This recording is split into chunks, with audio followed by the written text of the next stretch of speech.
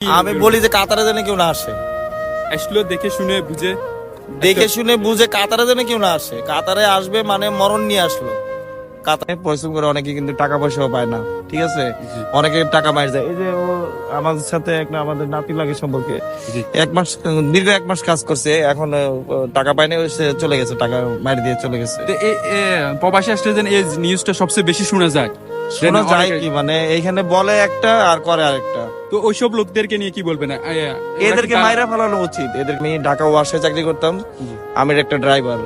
তা আমি ওইখান থেকে আমাকে বললো যে আপনি গেলে 1 লাখ টাকা এখানে ইনকাম করতাম। আমি ওইখানে 32,000 টাকা বেতন পাইতাম, অনেক ঠিক আছে।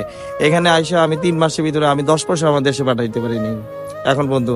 এখানে আমার রুম ভাড়া হইলো কি আপনার 12,500 টাকা, তারপর আবার নিজের খাওয়া, মানে আমার নিজের পিছনে আছে 20,000 টাকা খরচ। আমি দেশে মানি চেঞ্জ করবো কিভাবে? কাজ নাই। আর আমি লেবারের কাজ, আমি তো লেবারের কাজ জানি না। জি জি। এই দেখেন আপনাকে হাতের লোক দেখে নিয়ে অবস্থা দেখেন। হ্যাঁ, এই যে আপনাকে দেখেন। লোক দেখেন কি অবস্থা। এই যে অ্যাক্সিডেন্ট করছি, হেলথ কার্ডটা পর্যন্ত আমার নিজের টাকাতে করতে হচ্ছে।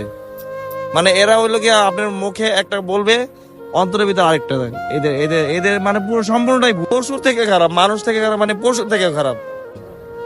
দেশ থেকে যারা নতুন আসবে তাদেরকে নিয়ে কি আমি বলি যে কাতারে যেন কেউ না আসে, আসলো দেখে শুনে বুঝে। দেখে শুনে বুঝে কাতারে যেন কেউ না আসে। কাতারে আসবে মানে মরণ নিয়ে আসলো। কাতারে কাতারে এখন এই ধরনের কোনো পরিস্থিতি নাই আমার জানা মতো।